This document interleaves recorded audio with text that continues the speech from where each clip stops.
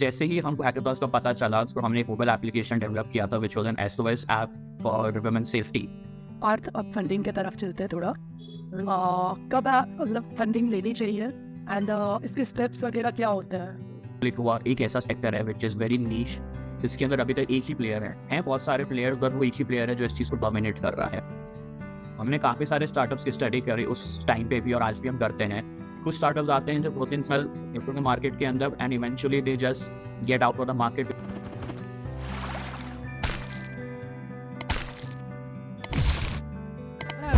Today we will be having a special guest, Parth Sharma, who has started multiple startups and currently is working on the Baby Boom. Got a funding from one of the prominent personality, Gaurav Taneja. Also today we have discussed various things regarding startups, also regarding the e-commerce platform, how he started and how someone can start. We have learned various things regarding planning of a startup, also executing the work. So now directly let's delve into the conversation with our special guest, Parth Sharma.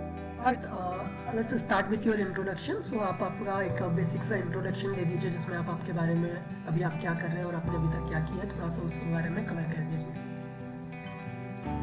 Sure. So hello everyone, I'm Parth Sharma, co-founder and CEO of the Baby Boom. So prior to that, I'll just give a brief about myself. My startup journey started in 2013 when I just entered into engineering college. I did a bachelor's in computers. Post that, I took a break of 1.5 years due to personal issues and so on. Then I went to completing my post-graduation from ICFA Business School, Mumbai. And besides that, I've worked in BFSI sector. I have worked in startups. And post which, in December 2020, we started the Baby Boo with my team, where we started as a subscription service business catering to kids' essential products in a one-box solution. But as said, it's always about pivoting. It's always about you read the market and so on and go ahead with those things. So eventually, last year, we pivoted ourselves to a complete marketplace model where we bring passionate creators all together for mindful consumers on one platform, where we provide each and everything what a baby needs in terms of apparels, accessories, and baby care, baby food, etc. So we currently have more than 100 plus brands listed with us in the span of 12 months. We have over 10,000 plus products listed with us in the span of 12 months. We have over about of 6,000, 7,000 user base in just last 12 to 14 months altogether after launching the marketplace. So yeah, it's going pretty much well. Things are gearing up. It's always about persistence and how you see yourself in the market. It's always a learning phase. It's a journey which you have to go through. So just live with it. Alright, Parth, so एक शुरुआत करने का हमने सोचा था। सो आपने जैसे कि एक फर्स्ट स्टार्टअप शुरू किया था शोधो ऐप करके, क्या माइंडसेट था? आपने एक्चुअली इतने शुरुआत में, जैसे कि जब आप तो कॉलेज में ही थे, आपने जब शुरुआत कर दिया था, सो उस बारे में आप कुछ बता दीजिए। सो हुआ यूं था एक्चुअली, मेरे को अभी भी याद है जब मैं 2013 में जब मैं कॉलेज में एंटर किया था, I was above average student. मेरे साथ से मार्क्स के पीछे कभी नहीं गए हम लोग। I was always about keen about के नॉलेज चाहिए, we need to learn something and to make something better for the society. That was the mindset since day one when I entered into the college. So हम लोग तब उस time पे गुजरात अहमदाबाद के अंदर hackathons just start हो रहे थे। इट वाज बहुत नया कॉन्सेप्ट था कि what are hackathons, so we all were curious about it. So जैसे ही हमको हैकाथॉन्स का पता चला, तो हमने एक मोबाइल एप्लीकेशन डेवलप किया था which was an SOS app for women safety.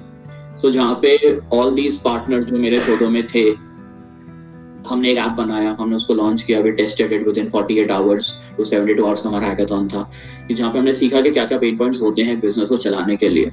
Because आप जब इंजीनियरिंग में जाते हो, आपके पास टेक नॉलेज थोड़ा बहुत होता है, आपके बिजनेस बैकग्राउंड कुछ भी नहीं है, आपको ना फाइनेंस पता है, ना मार्केटिंग पता है, आपको ना बिजनेस मॉडल कैनवास पता है। ये सारी चीजें हमने छोटे छोटे तरीके से मैं सीखा वहां पे उस टाइम फ्रेम के अंदर।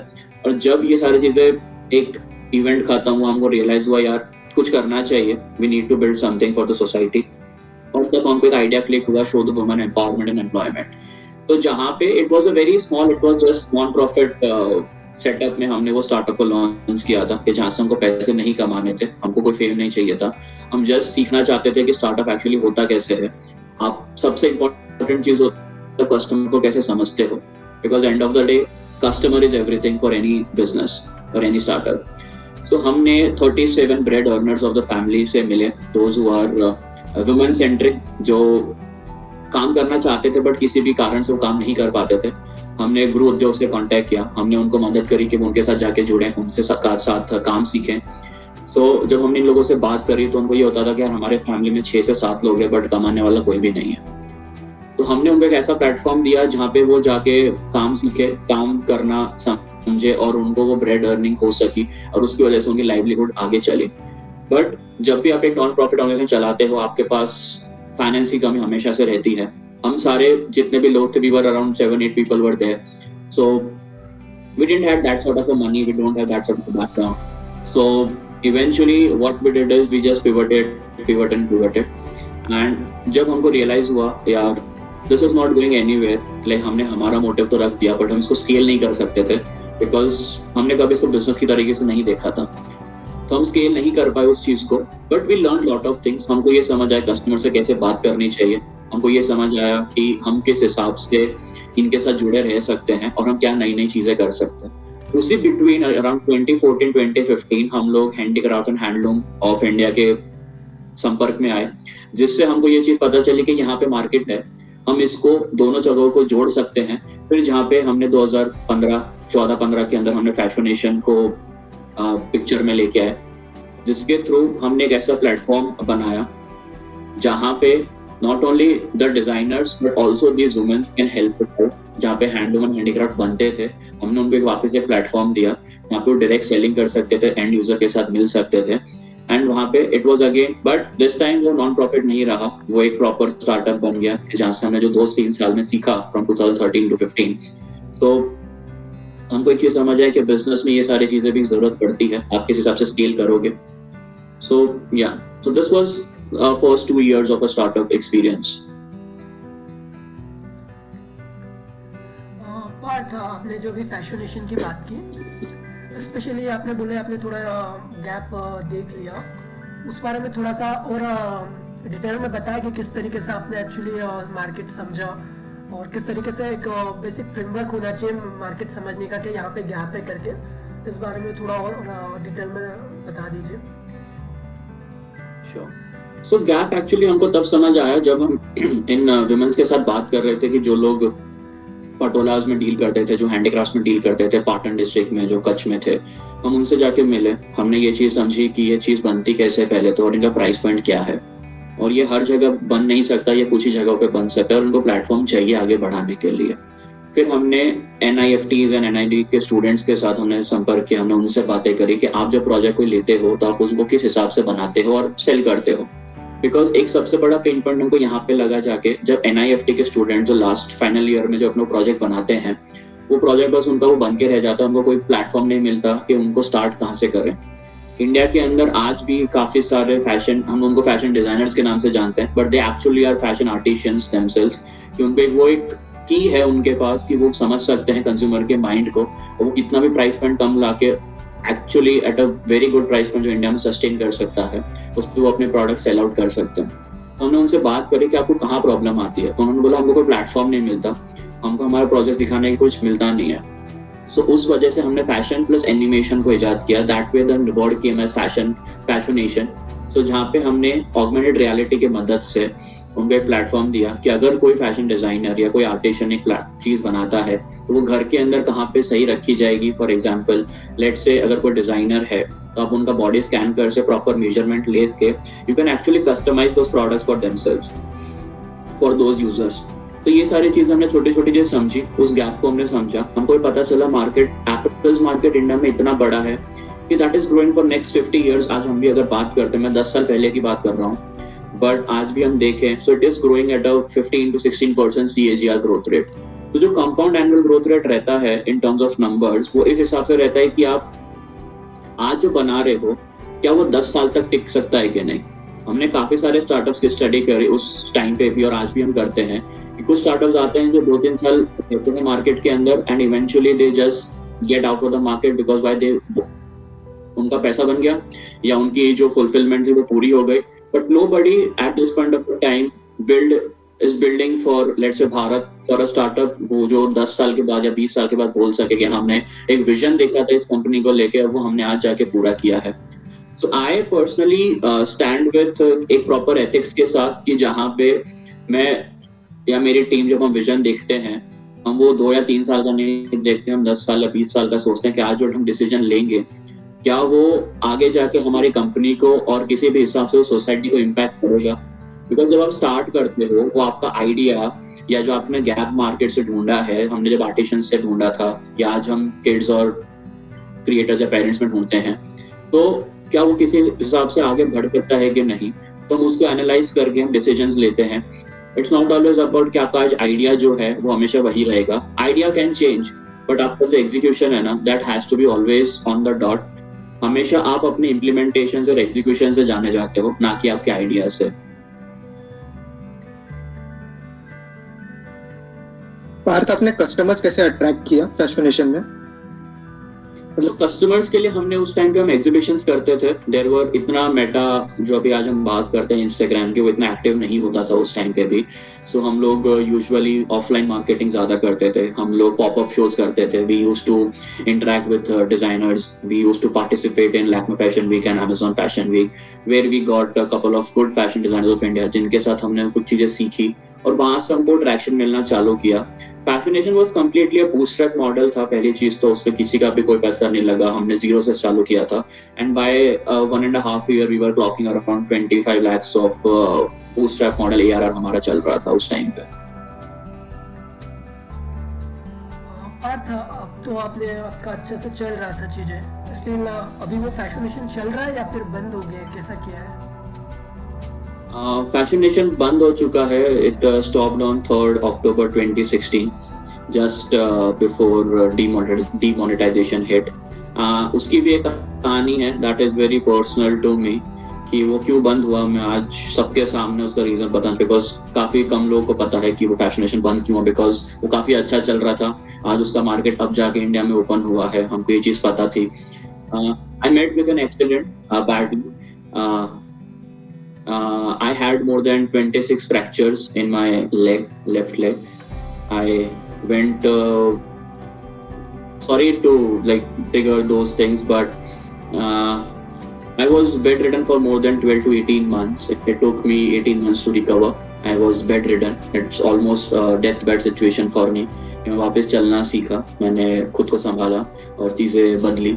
सो हमेशा से वही होता है कि आप जब कंपनी बना रहे होते हो you have a team, but उस टाइम पे हमारे पास जस्ट 2 या 3 लोगों की टीम थी. हम खुद ही मेहनत करते थे, खुद ही चलाते थे. So it was a tough decision to take. My all the co-founders are still with me. We are in connect. Everyone is good. Everyone is doing happy in their lives. But वो 18 महीनों ने जो मेरे को सिखाया वो शायद मेरी लाइफ का टर्निंग पॉइंट था. तो या राइट. इसके बाद आपने MBA किया था ना सर डायरेक्टली? या सो अभी आपके पास तो वैसे स्टार्टअप का नॉलेज काफी था, तो आपने MBA क्यों चूज किया? Nice question. The reason behind this is मेरे को हमेशा से कुछ समझना था. I always wanted to study MBA just to learn about certain things, because as a startup आप बाहर से सब कुछ समझ लेते हो in a practical way, but when जब वो थियोरी की बात आती है या जब कुछ नेटवर्क बनाने की बात आती है, so MBA is that sort of a thing in India के जहाँ पे आप नेटवर्क बना सकते हो. As we all say, network is the new net worth in the market. So जब मैं MBA करने गया, I participated in very entrepreneurship cells across pan India. I was associated with e-cells of IIT Bombay. I was associated with e-cell of GTU and so on. वहाँ पे जो हमने network बनाया, it helped me understand कि how the market functions at a different level. What sort of people are there in a market कि आप जिनके साथ आप जुड़ सकते हो, समझ सकते हो. In a short span of a time, जब हम 2 साल के MBA में थे, तो मेरा डिसीजन यही था always from day one कि मेरे को मेरा खुद का बिजनेस और else स्टार्टअप करना है. That was my mindset. I never went for a job. मैंने जॉब करी, but only to understand again how the industry functions in different sectors, how you interact with the customers, और आप हमेशा से किस हिसाब से उन चीजों को समझ सकते हो. तो जब ये सारी चीजें हो रही थी 2 साल के MBA के अंदर, मेरे को फाइनेंस सीखा मैंने. आज फाइनेंस हमने एक सब्जेक्ट ऐसा आता है कि फाइनेंशियल एनालिसिस होता है, वो होने लग गए हैं, FRM आ जाता है. सो आपको इन चीजों से एक्चुअली प्रैक्टिकल नॉलेज तो है, बट एक्चुअल में जाके इम्प्लीमेंट कहाँ होगा वो आपको MBA सिखा देता है. दैट वाज द रीजन कि मैंने MBA को चूज किया कि मेरे पास प्रैक्टिकल एंड और थियोरेटिकल नॉलेज अगर दोनों होगा सो कभी ना कभी वो काम आएगा. And that actually happened. Parth, आपने फैशनेशन और एक बार रीस्टार्ट क्यों नहीं किया? फैशनेशन रीस्टार्ट करने का एक और रीजन था कि जो मेरी टीम थी दे both went for the further studies in different countries, so I wasn't able to build my team again उस आइडिया के ऊपर. But still I am planning to restart Fashionation in a near time soon, जहाँ पे मैं वापस वो एक charm लेके आ सकूँ फैशन इंडस्ट्री के लिए या आर्टिशंस के लिए, कि जहाँ पे हम सबको एक जगह पे जोड़ सकें और उनको एक प्लेटफॉर्म दे सकें कि आके वो अपना प्रोडक्ट या अपना मार्केट शोकेस करें एंड हेल्प करें बिल्ड करने को a small and steady growth के लिए. आज अभी आपको ऐसा नहीं लगता कि ये चीज़ ऑलरेडी अवेलेबल है अमेजोन जैसे मार्केट प्लेस या मिंत्रा हो गया, यहाँ तो इस तरीके का चीज़ ऑलरेडी अवेलेबल है? सी, जब आप मार्केट की बात करते हैं, मार्केट हर चीजों के लिए अवेलेबल हमेशा से है और हमेशा रहेगा. बट इट्स अबाउट कि आप क्या इम्प्लीमेंट कर रहे हो और क्या आप उसके बिहाफ पे आप क्या इम्पैक्ट लाना चाहते हो सोसाइटी पे. मैं आज अगर अमेजोन की बात करूं, आप ये बताइए कितने आर्टिशंस आज अमेजोन पे लिस्ट कर सकते हैं. अमेजोन पे अगर आप लिस्ट इन करना चाहते हैं so it takes more than let's say a week to get listed. आपको इतना सारा पेपर वर्क होता है, इतने सारे पे आउट्स मैनेज करने होते हैं, आपको अपना मार्केटिंग भी करना होता है. क्या एक आर्टिशियन जैसे आप अगर आपकी बात करूं, आपको अगर कोई आइडिया नहीं, आप जस्ट प्रोडक्ट बनाते हो, आपका ना वेबसाइट है ना कोई नॉलेज है, तो क्या आप अमेजोन पे सेल कर सकते हो? नहीं कर सकते. आप अगर आज मिंत्रा पे सेल करते हो, मिंत्रा आज 60-70% मिंत्रा पे जितने प्रोडक्ट लिस्टेड हैं, they are co partnered with Myntra. Myntra is supporting them to grow with the market standards and so on. आज हर कोई मिंत्रा पे लिस्ट नहीं कर सकता, आज हर कोई अमेजोन पे जाके लिस्ट नहीं कर सकता, बिकॉज उसमें हैसल इतना हो चुका है कि हमको ये चीज इतने स्पेसिफिक में ही चाहिए. हमको अगर आपने ये एक्सेल दिया है या आपने हमको ये इमेज दी है तो इसी फील्ड में होनी चाहिए. आप अगर कॉस्टिंग लेने जाओगे अमेजोन की, मैं अगर खुद का एग्जांपल लूँ यहाँ पे, तो हमने एक बुक लॉन्च करी थी 1 या 1.5 साल पहले, which was costing 500 rupees on Amazon. So जिसके बाद we were only getting 150 rupees as a revenue per book के ऊपर. लॉजिस्टिक कॉस्ट आ जाता है, आपका प्लेटफॉर्म फीस आ जाती है. मैं Amazon पे ये बोला जाता है कि we only charge 2% of the fees और we charge this much % of fees. But actual में जब उनकी इनवॉइसेस देखोगे, अगर कोई सेलर सेल करता है, until and unless आप 1000 से 10,000 यूजर तक नहीं पहुंचते, आप प्रॉफिट नहीं कमा सकते अमेजोन से. और हर कोई अगर नुआंस है इस फील्ड के अंदर, लेट्स से आज मैं हूँ, अगर मैं आज इंजीनियरिंग का स्टूडेंट हूँ, मैंने कुछ लॉन्च किया, my mom and dad are making something, तो उनको वो आइडिया ही नहीं होगा ना कि मैं कैसे लिस्ट करूंगा इस प्रोडक्ट को. वहां पे लोग हैं लिस्टिंग करने के लिए. There is a business out there to list products on the Amazon. ठीक है, अगर आप 100 प्रोडक्ट बनाते हो, दे चार्ज 10 to 15 रुपीज पर listing on the Amazon. So listing का खर्चा बढ़ गया, मार्केटिंग का खर्चा बढ़ गया, आपकी FBA का खर्चा बढ़ गया, काफी सारी चीजें होती हैं. सो वो लोगों को नहीं पता. The person who understands the business, the person who makes the product, who actually learned from the scratch, can only sell on these platforms basis on that कि हाँ मैं यहाँ पे sustain कर सकता हूँ. पर छोटे आर्टिशियंस या छोटे फैशन डिजाइनर्स, आप कॉलेज स्टूडेंट्स ले लो, they can't sell it because उनके उतना पैसा है लगाने के, उतना टाइम है. उनको ऐसा प्लेटफॉर्म चाहिए कि जहाँ पे वो खुद को शोकेस कर सकें, थोड़े पॉपअप शोज कर सके और वहां से छोटे छोटे ऑर्डर्स लेके वो खुद को ग्रो कर सकें. आपने MBA के टाइम क्या चीजें सीखी जो आपके अपकमिंग स्टार्टअप में हेल्प किया? MBA मैंने सबसे पहले ये चीज सीखा कि आप किस हिसाब से अपनी टीम चूज करते हो. What sort of a people you need in your team. आपकी एक्सपर्टीज ये है, तो ये तो मेरी एक्सपर्टीज हो गई, बट इसके अलावा अगर मेरे को ये 2 प्रोफाइल्स के लिए लोग चाहिए, तो मैं किस हिसाब से उनको अप्रोच करूंगा और मैं किस हिसाब से उनको इस स्टार्टअप में लेके आऊंगा. And of the day the business will benefit. So it's not always कि आप खुद को हमेशा पहले रखो. स्टार्टअप के अंदर हमेशा आपको अपनी टीम को पहले रखना होता है. There will be a time के जहाँ पे कुछ चीज आपको समझ नहीं आएंगी, आप सब कुछ करना चाहोगे खुद से, बट ऐसा नहीं होता. So first thing what I learned is have a better team with a better mindset first. And the second was always value your time. MBA में एक चीज हमेशा सिखाई गई कि value your time. If it is 7:30 on the dot, then it's 7:30. It can't be 7:31.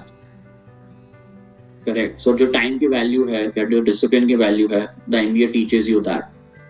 It's not always about the last minute work, it's always about how you do that work at a particular time frame. और आपने वैसे MBA काफ़ी अच्छे college से किया, ये IBS को काफ़ी लोग एस्पायर भी करते हैं, आईबीएस हैदराबाद को. स्टिल आपने जो जॉब लिया, एक सेल्स जॉब था, वो आपने मतलब क्यों लिया? आपको काफ़ी बेटर जॉब मिल सकती होगी, या प्लेसमेंट के थ्रू भी काफ़ी अच्छे जॉब्स और भी मिल सकते होंगे. यहाँ पे मैं आपको थोड़ा करना चाहूँगा. द रीजन इज आपने प्रोफाइल देखी, उसमें एक्सपर्ट्रॉन्स मेंशन्ड है. मैंने उससे पहले एक्चुअली एक बैंकिंग सेक्टर में काम किया है, जहाँ पे मेरे को कॉलेज से प्लेसमेंट लगी थी at a very good package. मैंने वहाँ पे 2 महीने काम किया. It was work from home and eventually जब हमको फ्लोर पे रखा गया, it wasn't matching my expectations. It was not what I aspire to be और what I wanted to do. हमेशा से मेरे लिए हमेशा से प्रायोरिटी रही कि अगर मैं जो भी काम कर रहा हूँ, अगर मैं उससे सेटिस्फाई हो रहा हूँ, then I am loving my job. It is like when you are waking up in the morning और आपको वो इच्छा हो रही है आप जो काम कर रहे हो उसके लिए उठने के लिए, तब तक वो काम अच्छा है. सो जब मेरे को वो इच्छा चली गई, जब मैं गया वहाँ पे, मैंने इंटरेक्ट किया, the wavelength of people weren't matching with my wavelength. The vibe wasn't good that much कि मैं यहाँ पे ग्रो कर सकता हूँ in future. I'm not a person who always goes behind money. I'm a person who actually values time and values the knowledge and values the network, जो हमेशा से मेरे लिए प्रायोरिटी रही.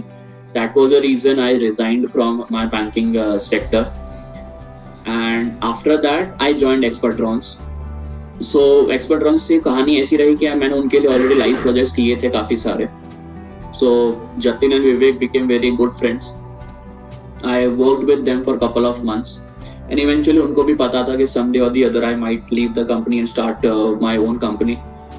And they supported in a much graceful way. But वो 3 महीनों ने मेरे को बहुत कुछ सिखाया. How to have a build a team, how to implement certain decisions whether the team is against you or not, how to challenge yourself on daily basis कि आप किस हिसाब से अपना काम करना चाहते हो. It's always about the mindset what you are taking on a daily basis कि मेरे को ये सारी चीजें करनी है और मैं इसको करके रहूंगा, में बहुत ज्यादा डिफरेंस होता है. So it's not about your instinct or feeling. It's always, it has to be backed with proper facts and figures. So that I learned in Expertrons, which helped me and sustain myself in the baby boom. We all sustain in a baby boom from last 3 years. There were hardships during the start.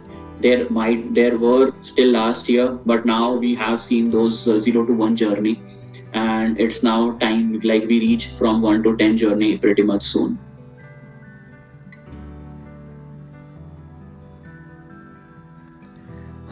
आपने HP पे भी internship किया था, HP में internship किया था आपने? Yeah. Yes. तो यहाँ पे बैंकिंग किया था या फिर बैंकिंग में थे आप एचपी? नहीं, हिंदुस्तान पेट्रोलियम्स में I was managing digital marketing. My project was to manage social media marketing for HPCL. ये हमारे 3 महीने की इंटर्नशिप थी, जिसके अंदर मैंने वापस एक कॉर्पोरेट का नया कल्चर देखा कि how you deal with actually the subordinates who are very very superior to you, how you carry yourself in front of them, how you speak with them. So जहाँ पे मैंने एक और चीज सीखी कि now there were differences actually, कि जब मैं HPCL में था मैंने वहाँ सीखा कि आप अगर किसी, फॉर एन एग्जांपल, अगर मैं किसी इन्वेस्टर के साथ बात कर रहा हूँ, so what should be my first approach, कि मैं उनको क्या पिच कर रहा हूँ. तो वहाँ पे मैंने एक्चुअली प्रॉपर पिचिंग सीखी कि मैं खुद को किस हिसाब से कैरी करके, मैं मेरे आइडिया को फर्स्ट रख के, मेरे इम्प्लीमेंटेशन को दिखा के हम किस हिसाब से वो एग्जीक्यूशन करेंगे उस टाइम फ्रेम के अंदर. तो वहाँ पे उन्होंने मेरे को ये समझाया कि, और मैंने खुद भी सीखा कि आप हमेशा से हमेशा साथ में सबको कैसे लेके चल सकते हैं with that one idea, with one plan which you have in the mind. So it was a wholesome experience for me at HPCL, which not only helped me to churn out myself, but also it helped me to be a better version of myself in those 3 months, because it was a day-in-day travel, day-in-day interactions with the superiors out there, because you are sometimes interacting with the DGM of Western region or Eastern region, where you are pitching the idea how the social media has to grow or what sort of things is working in the market, या आपको ये changes लाने चाहिए.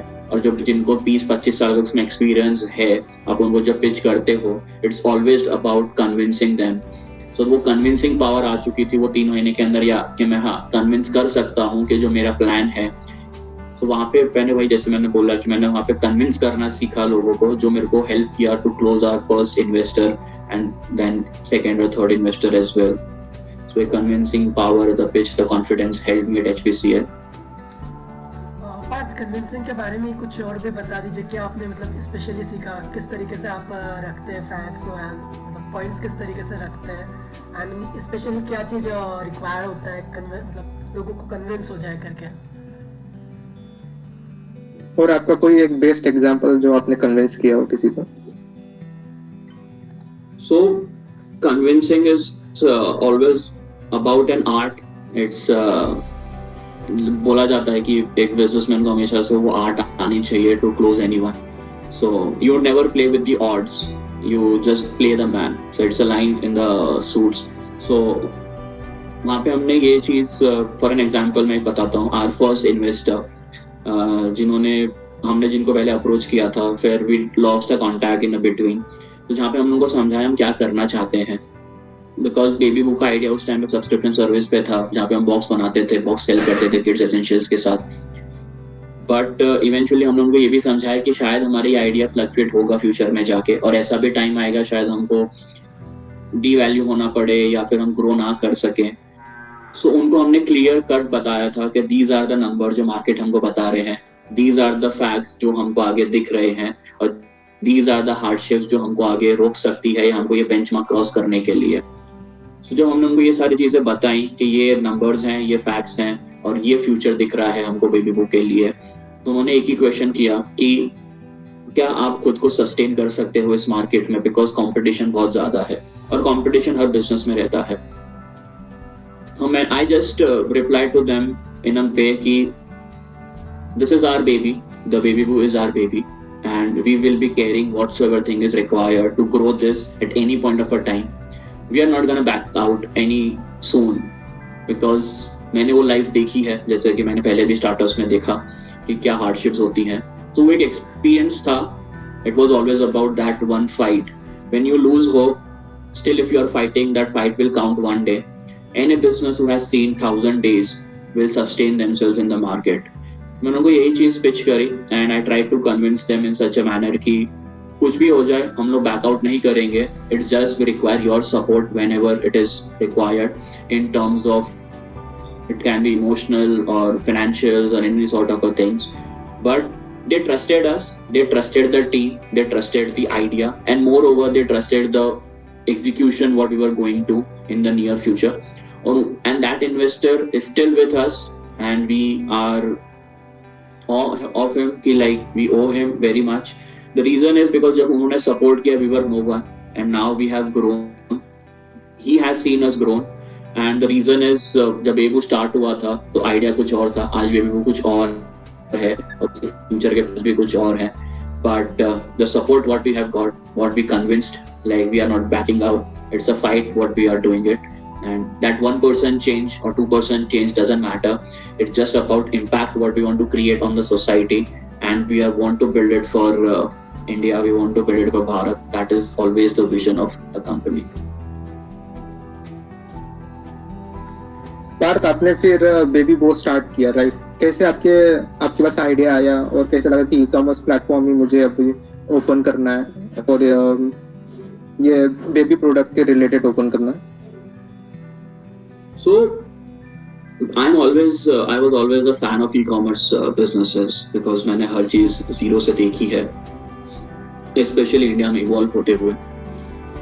So मेरा हमेशा से concern यही था कि हम एक ऐसी तो क्या चीज बनाए कि जिससे ई-कॉमर्स मार्केट तो ग्रो हो ही, बट हम एक सेक्टर को पहले इम्पैक्ट करें, हम फिर बाकी दूसरे सेक्टर्स में जाएं. So during my MBA life with my friends, we used to discuss about different ideas and so on in e-commerce space. During the COVID, जब हम सब obviously हम घर पे थे, जब हम discussions कर रहे थे इन चीज़ों के ऊपर, तो हम क्लिक हुआ एक ऐसा sector है which is very niche, जिसके अंदर अभी तक एक ही player है. हैं बहुत सारे players, but वो एक ही player है जो इस चीज़ को dominate कर रहा है. हमने हर चीज़ को समझा. We started कि कहाँ से ये ब्रांड्स आ रहे हैं, किस प्राइस पॉइंट पे लोग सेल कर रहे हैं और इसके प्रॉब्लम्स क्या हैं. बहुत सारे प्रॉब्लम्स थे स्टार्ट के अंदर जो कि प्रोडक्ट बेसिस थे, फिर धीरे धीरे वो प्राइस प्रॉब्लम्स बन गए. और जब हमने इसको और रिसर्च किया तो हमको पता चला कि ब्रांड्स भी बहुत सारे हैं इंडिया में, बट उनको प्लेटफॉर्म नहीं है कि वो शोकेस कर सके. आज हमारे प्लेटफॉर्म पे 100+ ब्रांड्स लिस्टेड हैं, जिसमें से 75% ब्रांड्स ऐसे हैं कि जो पेरेंट फाउंडर्स हैं, जिन्होंने अपने बच्चों के लिए खुद वो हार्डशिप्स देखे या खुद कुछ बनाने की कोशिश करी, उन्होंने वहां से वो ब्रांड बनाया. तो तब हमको रियलाइज हुआ कि we need a platform. So we say ourselves to be a consumer tech platform, consumer tech enabled platform for kids products marketplace, जो कि एक software as a service काम करेगा फ्यूचर में जाके for any of the brands coming in the market as a D2C player. They will require a platform what we are going to create and what we are aspiring for in the near future. So हमेशा से आपका start करते हो, it is restricted to one idea कि हमको यही बनाना है. But अगर आप वो फीडबैक मार्केट से ले रहे हो और अगर आप उसको इम्प्लीमेंट नहीं कर रहे हो ना, then you are taking a wrong step. Always take a feedback and take in a positive way, build for it. जितनी बार आप पिवट करोगे ना, उतनी बार आप एक पॉजिटिव नोट पे जाओगे. हमने फर्स्ट पिवट किया, हमको कुछ नई चीज सीखने के लिए मिली. हमने सेकंड पिवट किया, our complete ball game change within a span of 6 to 8 months. जो हम रेवेन्यू की बात करूं या मैं नंबर्स की बात करूं, जो हम हार्डली 1 or 2x कर रहे थे, we scaled it down to 3x 4x within just 6 to 7 months. There were hardships, बीच में कुछ चीजें बदली भी, कुछ स्टॉपेज भी आए, बट हमको हमेशा से पता था कि फ्यूचर क्या है और किस हिसाब से ये चलेगा. हमने हमेशा से take a in a startup, people से always take a high jump. I believe personally we should take a small step to achieve a steady growth. Important ये होता है स्टार्टअप के अंदर कि आप खुद को कैसे सस्टेन कर रहे हो, how you are sustaining yourself and the business without money. We have seen in our journey कि हमारे पास hardly there was anything left in last 12 to 14 months. We were just running a business, it was just cycle was going on. जो पैसा आ रहा था वही business में लग रहा था, and that cycle really helped us to learn many things in a manner of positive way. कि this is the thing we learned and now we are not backing it out, और हमको अब sustain करना आ चुका है, अब हम आगे भी सस्टेन कर सकते हैं. That was the reason, and it was always about execution. It was not always about the idea and the implementation what we are doing it right now. और तो एक शुरुआत से थोड़ा सा इस पे जानते हैं, काफ़ी इंटरेस्ट आ रहा है. एक शुरुआत में जिसकी आपने इसे बनाया, आपने इससे पहले भी बात किया कि पहले हमारा कुछ और प्लान था एंड देन हमने थोड़ा चेंज किया. सो किस तरीके से एक्चुअली आपने डिसाइड किया कि यह जो आपका फर्स्ट विजन था वो भी वर्क कर रहा है या फिर उतना वर्क नहीं कर रहा है, सो आपने एक सेकंड विजन पे चले गया. उस बारे पे भी कवर कर दीजिए. और सेकंड चीज, एक जो शुरुआत किया आपने में भी मार्केट रिसर्च किया, जो फर्स्ट स्टेप क्या होना चाहिए, first step, second step, third step, थोड़ा सा ऐसे स्टेप्स में आप इसे कवर करेंगे तो काफी बढ़िया रहेगा. ठीक है, मैं सेकंड क्वेश्चन फर्स्ट लेता हूँ कि हमने जब मार्केट रिसर्च स्टार्ट करी थी तो जो मैंने चीजें सीखी थी MBA लाइफ में या फिर उससे पहले स्टार्टर्स में या मेरी टीम में, तो हमने सबसे पहले एंड यूजर से कांटेक्ट करना चालू किया कि क्या प्रॉब्लम्स हैं मार्केट के अंदर, इस सेक्टर के अंदर. हमने नॉर्मल वे में what an MBA teachers is like, just roll out a form, just interact with the users, the parents near, आपके आजू बाजू कोई पेरेंट रहते हैं या कोई न्यू बॉर्न बेबी हुआ है. So we just buzzed and contacted those people. हमने अराउंड 1000+ पेरेंट्स से बात करी थी उस टाइम फ्रेम के अंदर. हमने कुछ 200-250 डॉक्टर्स से मिले थे हम उस span of 8 to 10 months before launching, कि हमको पता चला किस टाइप के प्रोडक्ट मार्केट में चलते हैं, किस तरीके से आप इसको इम्प्लीमेंट कर सकते हो एक बॉक्स के अंदर, कि एक रोज की जरूरतें क्या हैं एक पेरेंट की for their new born baby. तो हमने उस हिसाब से एक एसेंशियल बॉक्स बनाया था जिसके अंदर skin care product, apparels, diaper and a toy was there, कि ये चीजें चाहिए स्टार्टिंग के कुछ महीनों तक. तो जिसके बेसिस पे हमने डिवाइड किया था कि स्टार्टिंग में हम जस्ट न्यू बॉर्न से लेके 2 years तक ही केटर करते थे मार्केट को, क्योंकि बहुत नीश मार्केट था. सो जब हमने वो केटर करना चालू किया तो हमको ये पता चल गया कि 0 से 3 महीने का अगर कोई बच्चा है तो उसको ये चीजों की जरूरत है, 3 से 6 महीने का है तो हमको ये चीजों की जरूरत है. और अगर हम इसको सब्सक्रिप्शन में ला दें तो वो कस्टमर की साइकिल हमारे पास हमेशा रहेगी. And you won't believe it, जब हमने इस चीज को लॉन्च किया मार्केट के अंदर, people actually accepted us. But with in the span of 8 to 10 months हमको ये रियलाइज हुआ कि market is accepting it, but आपका जो इसका टर्न अराउंड रेट है ना, that is very slow, because आपके पास एक ही कलर के एक ही टाइप के प्रोडक्ट्स हैं, आपके पास कुछ वेराइटी ऑफ द प्रोडक्ट्स नहीं है। हमको यूजर से ये फीडबैक आया और उस पर हमने काम किया। फिर हमने कस्टमाइजेशन तरीका से लॉन्च किया कि जहाँ पे पेरेंट एक्चुअली अपने हिसाब से प्रोडक्ट सिलेक्ट कर सकता है 3 स्टेजेस में, कि ये हमारे पास 9 से 10 वैरायटी ऑफ एपरल्स है, ये हमारे पास 9 से 10 वैरायटी ऑफ स्किन केयर है, हमारे पास ये 12 से 15 एसेसरीज हैं जो आपके बच्चे को चाहिए। आप अपना बॉक्स खुद बना सकते हैं और आपको कितने टाइम फ्रेम के लिए चाहिए वो भी चूज कर सकते हैं। तो उसके ऊपर हमको काफी ज्यादा हिट मिला। जो हम लोग पहले 500-600 यूजर पे रुके हुए थे, हम इन्हें एकदम से 1500, 2000, 4000 तक स्केल कर लिया था in just span of again 10 to 12 months in terms of subscriptions. फिर हमको जब वो स्टैग्नेंट हो गई ग्रोथ, तब हमको वापस लगा कि हाँ ये ग्रोथ तो स्टैग्नेंट हो गई है, अब यहाँ से हम कैसे स्केल करेंगे, बिकॉज अभी भी हम लोग 2 years तक ही डील कर रहे थे। फिर हमने 3 years तक किया, फिर 5 years तक, बट हम 0 से 5 साल तक ऊपर नहीं जा पा रहे थे। देन जब हमारा इंटरेक्शंस हुए, हमने फीडबैक्स एक्चुअली पेरेंट्स से तो लिए ही, बट हम अब मार्केट, इंडस्ट्री या एक्सपर्ट से इंटरेक्शन करने लगे, जो हम लोग VC बोलते हैं या फिर हम एंजल इन्वेस्टर्स जिनको बोलते हैं। तो वहां पे जाके हमको एक्चुअली प्रॉपर फीडबैक मिला कि व्हाई आरंट यू ट्राइंग कि आप मार्केट प्लेस में जाओ और लेट्स से आप ऐसा कुछ बनाओ कि जो कम्युनिटी बेस्ड हो, जो आप किसी को सपोर्ट कर रहे हो।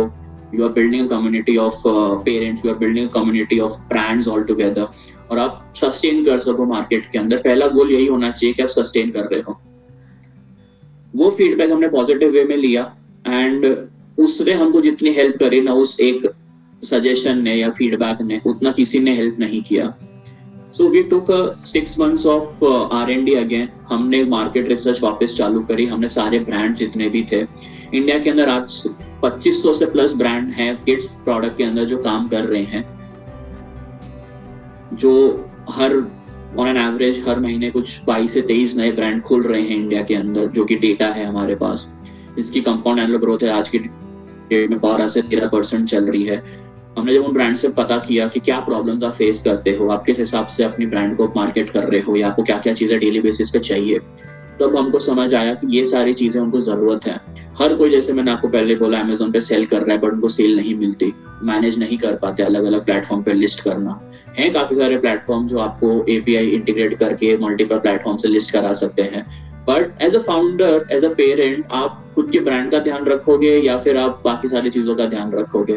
बिकॉज एक छोटे से ब्रांड को उनकी इन्वेंट्री देखनी है, उनकी लिस्टिंग्स देखनी है, उनकी प्राइसिंग्स देखनी है, मार्केटिंग करनी है, एनालिटिक्स भी देखना है, पे आउट्स भी देखने हैं, सेटलमेंट सही से आ रहा है या नहीं, मेरे इनवॉइसिंग सही से हो रही है नहीं, अकाउंटिंग हो रही है नहीं।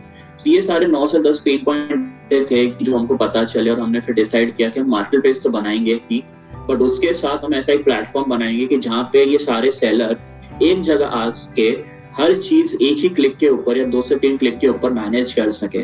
आप बेबीबू को एज अ फ्रंट एंड पे एज अ मार्केट प्लेस देखते हैं, बट बेबीबू एक्चुअली उसका जो बैक एंड है, it is very centric to all the D2C brands out there, कि जो आपकी अगर इन्वेंट्री है, आपके जो पे आउट्स हैं, आपकी जो मार्केटिंग है, आपका जो एनालिटिक्स है, आपके पे आउट्स, आपके इनवॉइसेस, आप हर चीज एक प्लेटफॉर्म पे मैनेज कर सकते हो। तो उस हिसाब से हमने प्लेटफॉर्म को डिजाइन किया और आज हम उसको अब स्केल करेंगे स्लोली।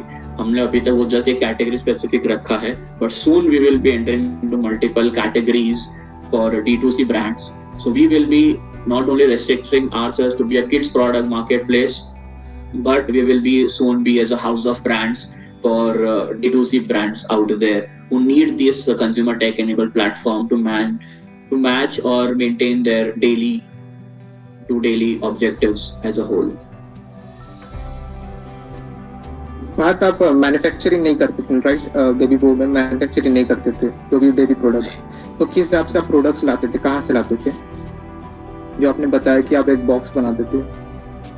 हम लोग उस टाइम पे आउटसोर्स करते थे। हमारे पास रिटेलर्स थे, हमारे पास होलसेलर्स थे, जिनसे हम आउटसोर्स करके हम लोग हैवी एसेट मॉडल पे काम करते थे उस टाइम पे। But after 12 to 16 months we realized we can't work on a heavy asset model because वो आपका कैपेक्स इंक्रीज कर देता है और आपकी जो अपॉर्चुनिटी कॉस्ट है और आपका जो बॉटम लाइन है वो बहुत लो हो जाता है, आपकी ग्रॉस मार्जिन बहुत ज्यादा हिट करते हैं। तो दैट्स व्हाई हमने फिर सोचा कि we will work on a light asset model जहाँ पे हमारे पास ना इन्वेंट्री होगी ना कुछ भी होगा, we will be working on the drop shipping model. अच्छा, हमारे पास 100 से ज्यादा ब्रांड्स हैं, हमारे पास 25 से ज्यादा वेयर हाउसेज हैं मल्टीपल सिटीज में इन ब्रांड्स के, कि जहाँ से हमारी सारी इन्वेंट्री मैनेज होती है and we don't have to pay a single पेनी।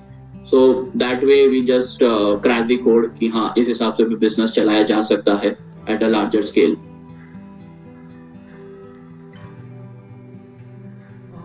पार्थ, अभी इन केस किसी को शुरुआत करना है, सो ऐसे ई कॉमर्स वेबसाइट बनाना सही रहता है, ऐप बनाना सही रहता है, या फिर पहले तो एक चीज आप जिसकी मैन्युफैक्चर नहीं करते हैं, सो बेटर क्या रहता है इस तरीके से एक ई कॉमर्स प्लेटफॉर्म बना ले जहाँ पे लोगों को बुलाए, या फिर खुद भी कहीं से सोर्स करके डायरेक्टली खुद ही स्टार्ट कर दे? वो डिपेंड करता है हर बिजनेस के रिक्वायरमेंट्स के ऊपर। अगर आप एक खुद का ब्रांड चला रहे हो, आप एक नए D2C ब्रांड हो, तो हमेशा से ये सजेस्ट किया जाता है कि start with Instagram, start with Shopify, जहाँ पे आपको हर चीज एक जगह पे मिल जाए कि आपकी वेबसाइट भी रेडी होके और आपके प्रोडक्ट भी लिस्ट हो जाएंगे। हाँ, अगर आप e-commerce platform as a whole बनाना चाहते हो कि आपके पास लेट्स से एक स्किन केयर की कैटेगरी आप में एंटर करना चाहते हैं, आपके पास 10 से ज्यादा ब्रांड्स हैं, तो वहाँ पे मैं ये सजेस्ट करूंगा कि हमेशा आप खुद की वेबसाइट से करो, बिकॉज काफी सारी चीजें होती हैं कि आपको मैनेज करनी पड़ती हैं या फिर आपका बैकएंड के हिसाब से फंक्शन करेगा। तो वो एक इजी प्लेटफॉर्म रहता है स्केल करने के हिसाब से, बिकॉज आप शॉपिफाई पे स्केल कर सकते हो, आप शॉपिफाई पे अच्छा खासा बिजनेस बना सकते हो, बट अगर आपको एक कैटेगरी से दूसरी कैटेगरी में स्विच करना है तो वो एक हैसल हो जाता है हर बिजनेस के लिए। एक वर्डप्रेस भी होता है, सो आप उसके बारे में क्या कुछ फीडबैक देना चाहेंगे? वर्डप्रेस आई वुड सजेस्ट कि जो B2B बिजनेसेस हैं उस तक के लिए ठीक है। वो हमने भी स्टार्टिंग में जो बेबू की फर्स्ट वेबसाइट थी वो वर्डप्रेस पे ही थी, बट हमने सून रियलाइज किया कि इस पे हम स्केल नहीं कर सकते। वो एक होती है यूजर को फील नहीं आता, इट सी के बहुत नुआंस चीज है, ये बहुत कंजेस्टेड चीज है कि यहाँ पे हम कैसे मूव आउट करें। There are fix set of templates available, हम उस पर काम कर रहे हैं, हम खुद कोड करने जाएंगे तो यार इतना अगर we are giving that much of time and money to any of the website, तो why can't we create our own website and start with that itself, because user आज की डेट में यूजर लाना is easy but not that much easy. But yeah so I would always suggest कि आपकी जो business की requirement है आप किस हिसाब से इम्प्लीमेंट कर रहे हो, हमेशा उसी के हिसाब से आप डिसीजन लें and based on that only you should implement your ideas. किसी को ऐप बनाना या तो मार्केट प्राइस क्या है market price e commerce app बनाने किसी को? तो ई कॉमर्स ऐप बनाने के लिए पहली चीज तो ये आती है कि आपका यूजर बेस कितना है। डायरेक्टली ऐप मत बनाइए, ठीक है, बिकॉज उसमें काफी सारी चीजें आती हैं कि अगर आपका यूजर बेस ही नहीं है तो आप ऐप बना के करोगे क्या, ठीक है, आपका ब्रांड नहीं है मार्केट में। सेकंड चीज आती है कि आप कितना इन्वेस्ट कर सकते हो। There are people or a company who make apps hardly 10,000 rupees, there are people who companies who make apps by 10 lakh rupees as well. So it's again up to you कि आपको किस तरीके की ऐप चाहिए, आपको क्या क्या चीजें चाहिए। बट मेरा सजेशन हमेशा से ये रहेगा, फर्स्ट 1-2 साल आप मार्केट को देख लो, आपके यूजर बेस थोड़ा सा हो जाए, उसके बाद आप अपनी खुद की ऐप बनाओ। पार्थ, अब फंडिंग के तरफ चलते हैं थोड़ा। कब फंडिंग लेनी चाहिए एंड इसके स्टेप्स वगैरह क्या होते हैं? सी अगेन ये बिजनेस के रिक्वायरमेंट पर डिपेंड करता है और फाउंडर्स की मेंटालिटी के ऊपर डिपेंड करता है आपको कब फंड लेना चाहिए। If you are building, let's say in a proper technology space, आपको स्टार्टिंग के 6 to 8 months को फंडिंग की जरूरत नहीं पड़ेगी। Funding is just a fuel कि जो आपको स्केल करने में और मार्केट करने में मदद करेगा या आपके ह्यूमन रिसोर्स बिल्ड करने में मदद करेगा। Other than that there is no use of funds. इनके अलावा कहीं पे भी वो यूज नहीं होता। It is just a cash burning thing for the startups. जब हमने स्टार्ट किया था हमारे फर्स्ट 6 to 8 months हमने कंप्लीटली बूटस्ट्रैप मॉडल पे काम कर रहे थे। फिर हमको लगा कि अब हमको उसको स्केल करना है, अब हमको टेक बिल्ड करने के लिए, हमारी टीम बिल्ड करने के लिए हमको पैसा चाहिए, तब हमने वो फंडिंग के तरफ गए। और first step of always funding is be ready with your numbers कि आपका क्या सिनेरियो चल रहा है, what is your monthly run rate, what is your annual run rate, आपकी एवरेज ऑर्डर वैल्यू क्या है, आप किस हिसाब से उसको स्केल करना चाहते हो। Every time when you are raising a fund, raise a fund for next 18 months and it is said that कि आप फर्स्ट 12 मंथ्स में वो फंड्स का यूटिलाइजेशन कर लोगे, बट जो 6 मंथ्स आपने एक्स्ट्रा रेज किया हुआ है ना, that is a time frame की जहाँ पे आपको पता चलेगा कि मेरे को और फंड रेज करना है या नहीं करना है. Again raising a fund is आज के डेट के अंदर it has become more easy because there are lot of terminologies out there who help and the companies out there who help you raise the funds. तो funding is again different ball game all together की जहाँ पे वो business के requirement पे depend करता है. For example if मैं बेबू की बात करूँ, सो बेबू has raised multiple rounds of funds till now with angel investors and venture investors as well. हमने एक चीज ये समझी कि जब हमको रिक्वायरमेंट थी तब आपको कभी फंडिंग नहीं मिलती. You always get the funding before, you always get funding after the requirement. It's about you should continuously improvise yourself, you should improvise the relationship what you are building with the investors out there. ये जो actual में आपको help करेगा when you require those funds to fuel into your business for the growth and for scaling the business on a proper track. That is where the funding is being utilized and should be taken care of हमेशा से. Because investor हमेशा ये देखता है कि आज अगर मैं इन्वेस्ट कर रहा हूँ तो 5 साल के बाद मेरा रिटर्न इतना होना चाहिए.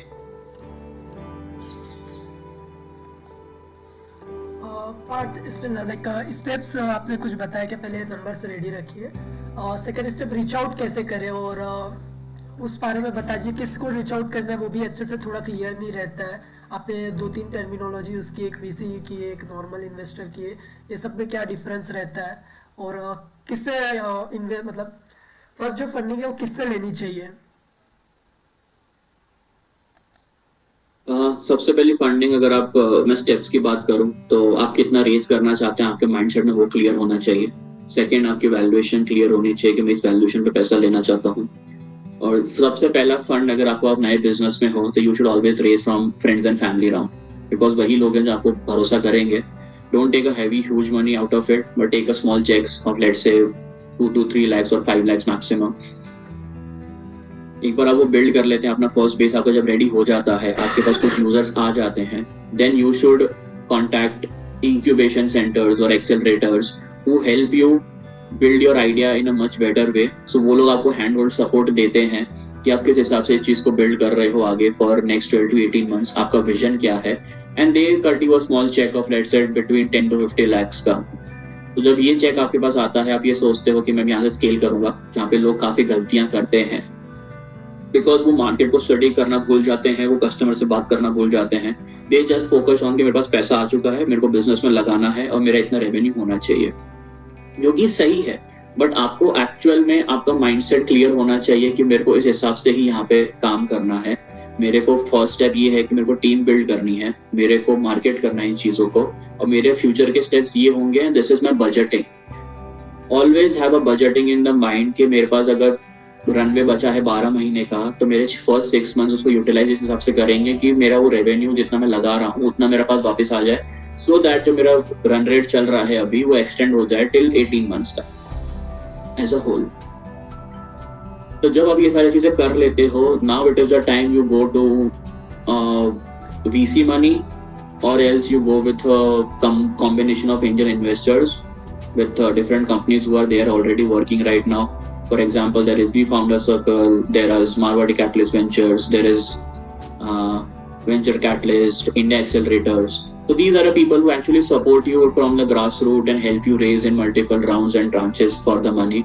So these are the steps any founder or any startup should look for. Parth, Gaurav sir आपके इन्वेस्टर है right? Yes. So how you reach out to them, और क्या आपने पिच किया था जिससे कि वो इन्वेस्ट किए? So I will just keep this very short. The reason is we just shared our pitch deck and our numbers with him over an email. Totally it was that scenario के जहाँ पे हमने just उनको single mail भेजा, we got a reward. We had around 7 to 8 meetings before finalizing the deal and so on. But we kept it very simple. Okay, this is the thing what we are building, this is the vision, this is what we want to impact on the society, and this is where we see ourselves in next 3 to 4 years down the line. And we need your support in terms of not only monetary part but as a whole, as a partner, what we were looking for. So he came as a strategic partner with us. He became our partner and an investor both.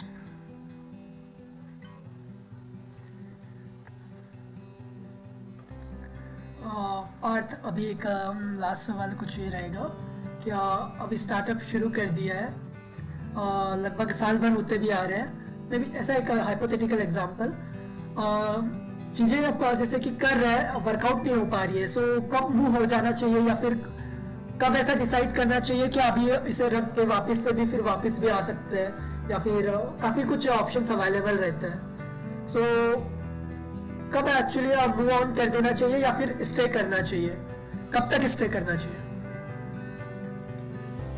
सी, यहाँ पे हमेशा एक founder के pedigree के ऊपर ये question आता है कि उसके बेली के अंदर कितनी अभी भूख बची है, या हाउ मच हंगर ही और शी हैज लेफ्ट कि वो सस्टेन कर सके और लड़ सके उन चीज़ों को. सो वो सर्कमस्टेंस कुछ ऐसे हो जाते हैं, there might be some personal reasons and so on, कि वो जहाँ पे उसको पता चल जाता है कि या दिस इज नॉट वर्किंग. वो 1 साल में भी हो सकता है, वो 6 महीने में भी हो सकता है, वो 3 महीने में भी हो सकता है. हमारे साथ भी ये हुआ है. इसके लिए मैं खुद ये बता सकता हूँ कि जब हम बीच में जब फेज आया था हमारे पास, शायद 12-13 महीने पहले की बात है, जब we were like completely broke, we were not able to sustain ourselves, but still we decided like we have this much hunger left in our belly, we will fight for it. We didn't had any plan B or plan C. We always wanted our plan A to work the way we wanted. So it's just about you never give up on certain things, and there are people who give up at a very early stage and a very later stage as well. कुछ लोग 5 साल business चलाने के बाद quit कर देते हैं और they just vanish off the market, like we have stopped our operations or so. So again, मैं वही चीज बोलूँगा, it's up to the founder, up to the business requirements based on the market कि आपको कब पता चलेगा. It's just about that one last mile you want to run for your startup and you want to make it success. Abhishek, right, thank you so much. Abhishek, do you have any other questions? No. All right, सब thank you चीजें so cover much की है. for having here, and Thanks, you Ram. have answered all the questions very beautifully and logically. Thank you so much. Thanks Ram, thanks Abhi.